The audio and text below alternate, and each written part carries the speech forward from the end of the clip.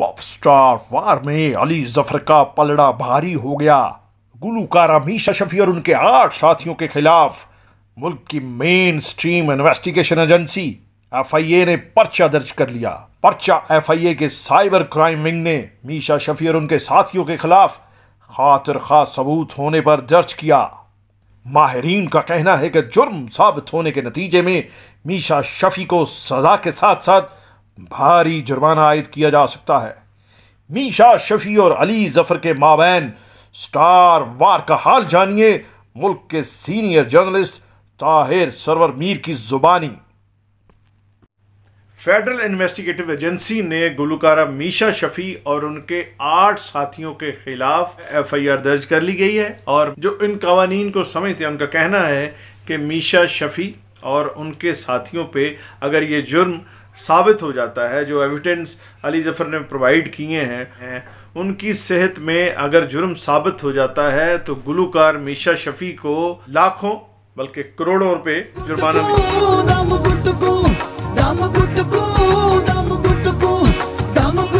ये जुर्म जो है सीरियस जुर्म है, लेकिन इसमें जमानत हो सकती है। और मीशा शफी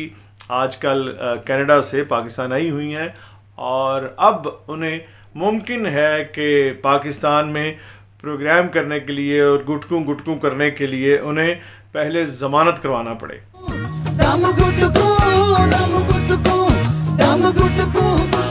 मीशा शफी के अलावा इस 8 लोगों में नीना गनी है, हमना रज़ा है, माहम जावेद है, इफ़त रहीम है। इफ़त रहीम आपको पता मी टू कंपेन के हवाले से बहुत ही जाना पहचाना नाम है। और उनके अलावा अली गुल पीर है, असीम रमज़ान है, फ्रिया आयूब और सैयद फैज़ान रज़ा भी इनमें शामिल है जिन पे FIR दर्ज की गई है। इसका पस मंज़र ये है जो अली जफर ने अदालत में बयान दिया कि मीशा शफी ने उन्हें धमकाया था कि एक बेवरेज कंपनी, एक बहुत बड़ी बेवरेज कंपनी का एक प्रोजेक्ट मल्टीनेशनल का, उसमें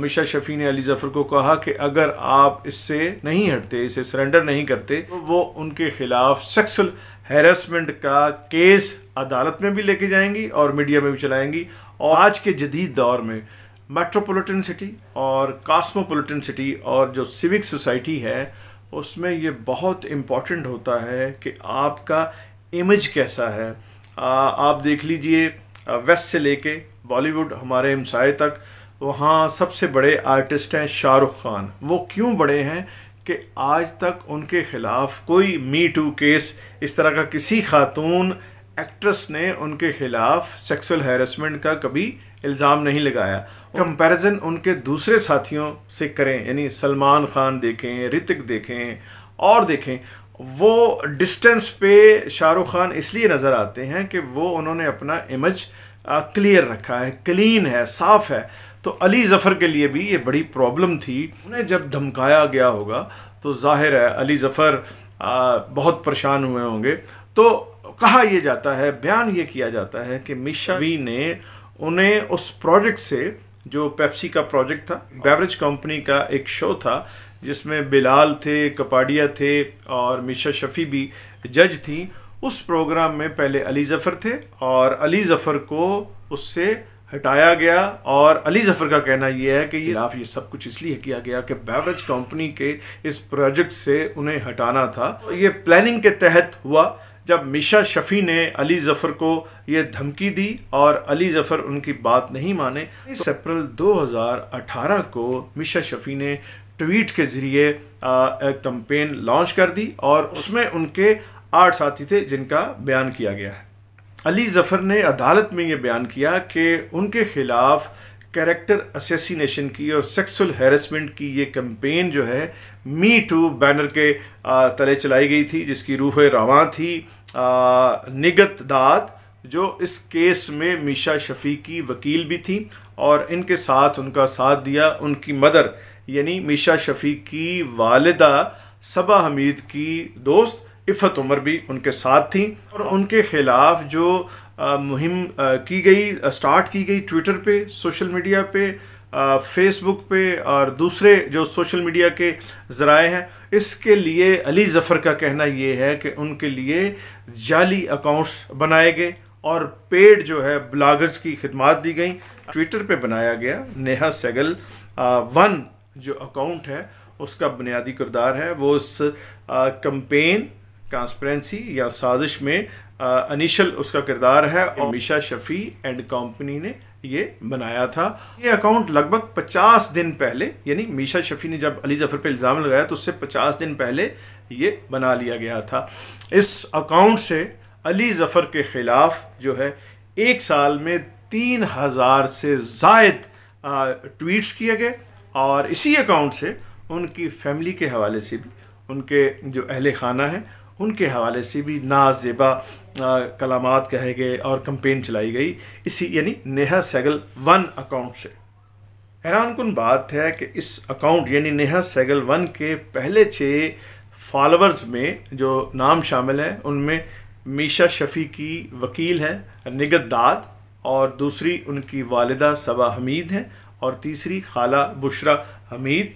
और फिर लीना गनी इस अकाउंट को फ़ौरन फॉलो करती हैं जब बनाया जाता है, और पहले 6 फॉलोअर में हसीमुज़्ज़मां भी शामिल हैं। और इसके अलावा अली ज़फ़र को एक लंबे अरसे के लिए साइबर बुलिंग और हरासमेंट का सामना रहा। ये मुख्तलिफ अकाउंट्स और जाली जो कंपेन चलाई गई, इस हवाले से इस एविडेंस अली ज़फ़र ने प्रोवाइड किए FIA को, और उसने फिर बिलाखिर FIR दर्ज कर ली।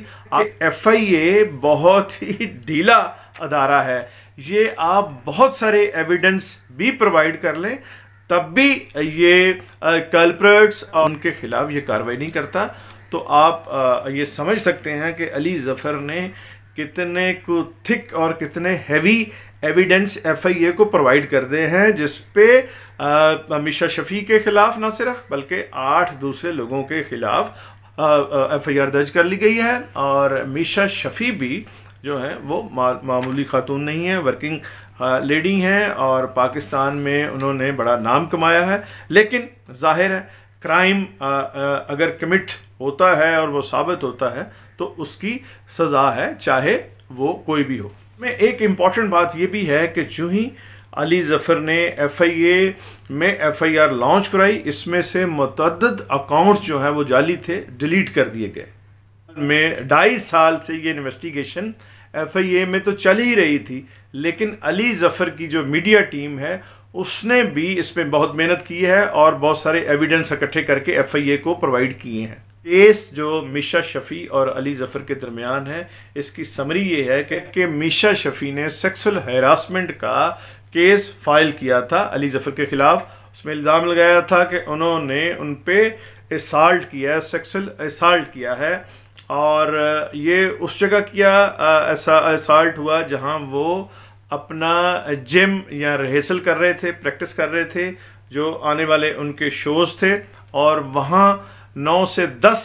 म्यूज़िशियन थे, जिनमें से एक ने भी ये बयान नहीं दिया कि अली ज़फ़र ने जो है वो सेक्सुअल हैरासमेंट का या सेक्सुअल असाल्ट का जुर्म का वो मुर्तकब हुए हैं। और इसके अलावा ये कि अली ज़फ़र और मीशा शफी में बहुत ही दोस्ती रही है और कुर्बत रही है। आप उनके अगर फ़ोटोशूट देखें तो उसमें सेक्सुअल हैरासमेंट, तो उसमें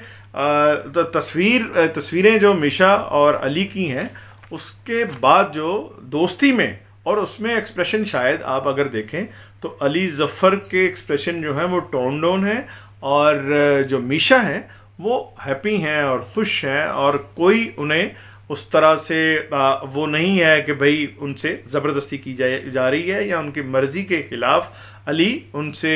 उनके करीब हो रहे हैं। तस्वीरों से भी एक जो तासर बनता है उस पर भी ये सेक्सुअल हैरेसमेंट साबित नहीं होती। शफी ने सेक्सुअल हैरेसमेंट का केस दायर कर दिया। इस तरह का केस साबित करना अदालत में बहुत मुश्किल होता है, उसके एविडेंस चाहिए होते हैं, और फिर ये सेक्सुअल हैरेसमेंट समझने की चीज़ है